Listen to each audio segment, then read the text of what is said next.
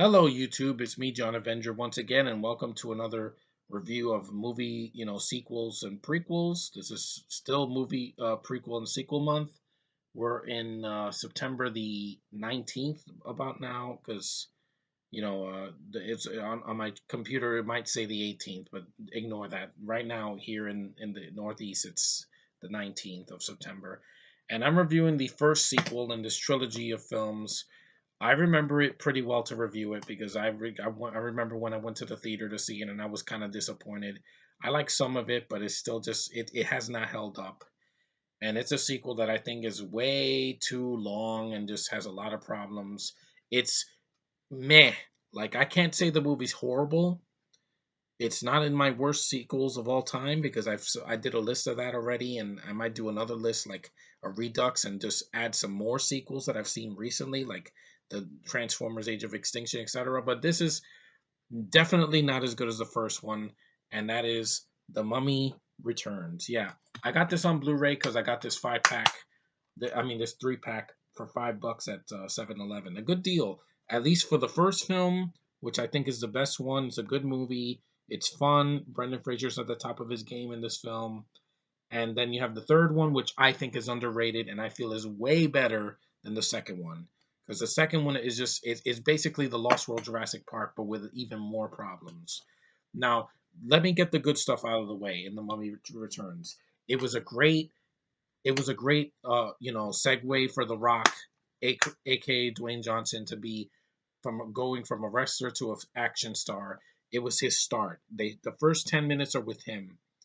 He basically says Haku Mashendi or whatever, and he runs into a battle. And I got to see The Rock for the first time. I didn't see it in the theater, but I saw the clip on YouTube, and it was a great debut for The Rock. And it would lead to him being in his own spin-off a year later, which was great. It was pre-planned, let's face it, because Universal wasn't thinking of just doing one film. They were thinking of giving him a just a lot of a big role, because here he's reduced to a cameo, and then at the end it's a CGI fest, which I'll get to that. But that was a good thing in the second movie. Also, I think Steven Summers, I'm glad he came back to direct. He gets some good shots in there. He directs some of the cast to the best of his abilities. The film does have a budget, I will say that. And also I like Brendan Fraser. I've always liked him as an actor. He's the one thing. He's the glue that holds this franchise together. Even though I have problems with the second one, I think he's a great lead. I know Tom Cruise. I'm gonna give him a chance in probably the new reboot, but I will not be seeing that in the theaters, especially to pay for it, because the new girl does not interest me, and the new Mummy, well, we'll see. But here, I like Brendan Fraser in all three of these movies. He's never the problem. Is his demeanor, his screen presence, and when he says "I hate mummies," I like him in the film. Also, some of the action scenes are done well. Like the scene on the I think it's like a not a trolley, but I think one of those British buses. That scene is pretty decent, and the fight scenes in the desert with Odo Fur, the Israeli actor that plays the Arabic guy that leads his army into battle against Anubis clan.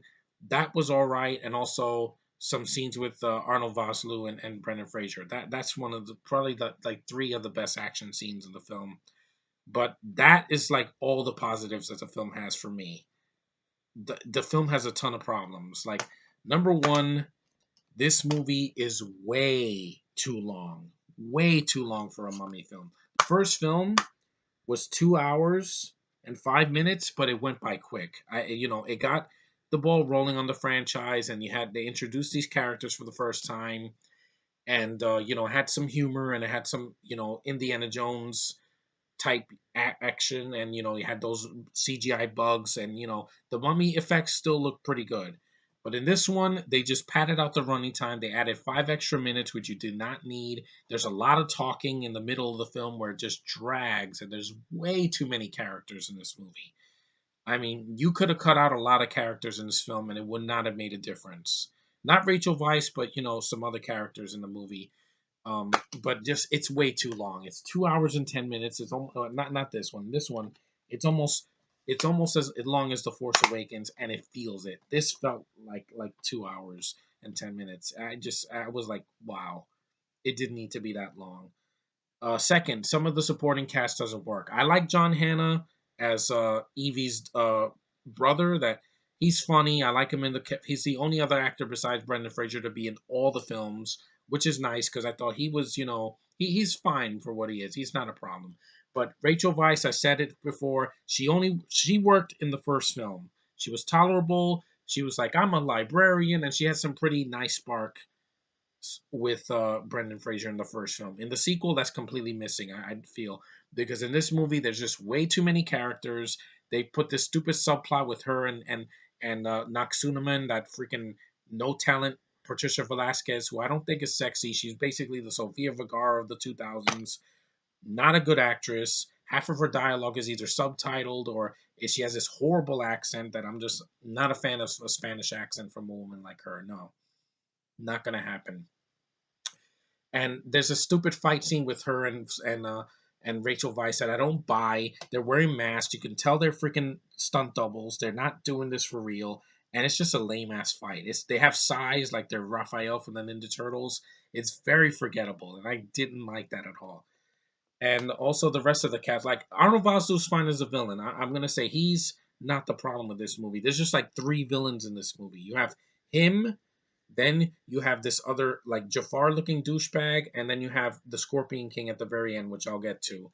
It's not the Rock's version; it's another version of him.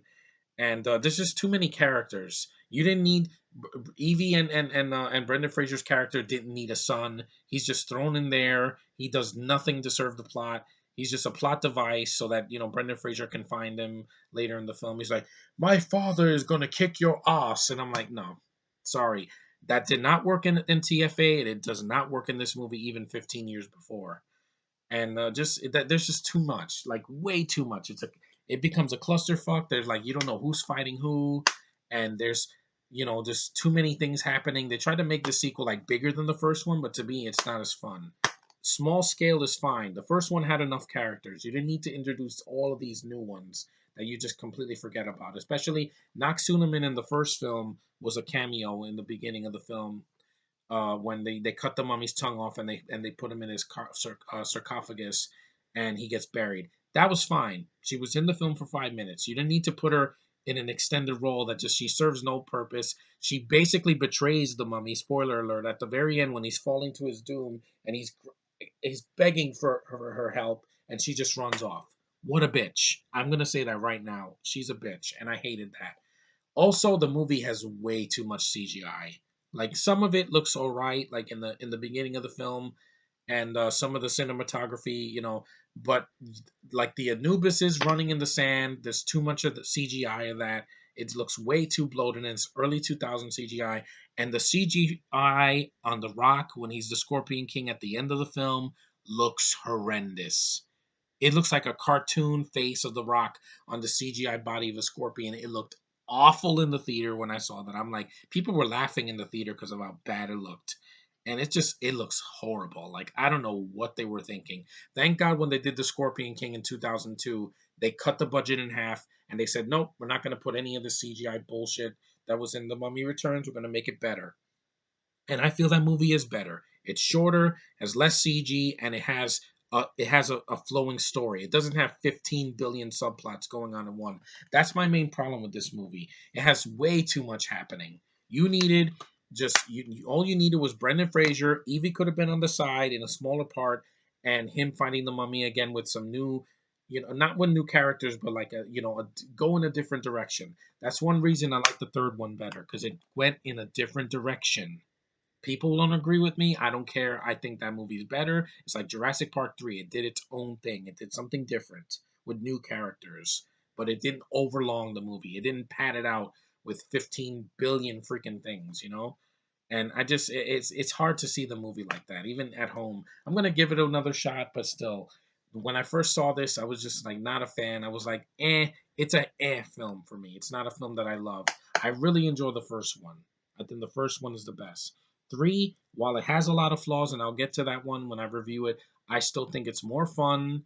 It's less of a big, clusterfuck, and it has more.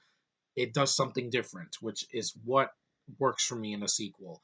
Don't do the same thing over, but just add more to it. Just add, if you're gonna add more things that work. Don't add tons of CGI and tons of disposable characters and tons of padding and just stretching out the running time with a lot of talking. No, we want to see a fast pace. That's what's missing with a lot of sequels now. That film had a fast pace and it had some issues in the beginning, but as soon as you get to like halfway through the film, you get through a lot of freaking action. This second movie just had way too much happening, and just it hurts the film a lot, and it hurts me from enjoying it more than the first one. I think the first one was more solid, but I don't hate the movie. I just remember it being and I will watch it again. Maybe my opinion will change, but I still prefer the third one because oh, they went to China. It's not the same. They couldn't do the same movie three times. They had to do it in a different direction, and I'm fine with that. I know it will be better than the movie coming out next year because I like Tom Cruise, but I don't trust Universal now. Reboots have not been have they haven't had a good track record this year. A lot of flops and a lot of disappointing sequels and prequels and such. So I'm not gonna hold my breath, but at least I have these three films. I have a solid first one, a second one that and then a third one that I thought was decent. It's not horrible, it's not the best, but it's definitely better than two. And what I can say about two is if you can see the film, it's watchable, but it's only worth one watch. It's not worth multiple viewings over and over and over again. I think the first one, I definitely want to go back to that one because it is flawed, but I still enjoy it more. But that's just my 2 cents on The Mummy Returns. It's a meh kind of a film, but there are some good things in it that I enjoyed. At least I have that. But anyway, that's my review of The Mummy Returns. If you haven't seen it, I would say see it once. At least it's a good introduction for The Rock. He went from this, then to his own film, The Scorpion King, then The Rundown, Fast and the Furious, etc. And I'm glad he has a successful film career because he deserves it, man. Anyway, thanks for watching, guys. Thanks for liking my video, subscribing, commenting. I'm very tired, so I'm doing this on a whim, but I want to give you guys good content. I don't want to just talk for 2 minutes and that's it. No, I want to talk as much as I can. My problems on the film, my pros, everything, leave it out there. And anyway, thanks for watching. Take care, and I will see you in the next one. The next review will probably be The Mummy 3, The Tomb of the Dragon Emperor, which I know is very flawed, but I can enjoy it, just like Jurassic Park 3. So, anyway, take care, guys.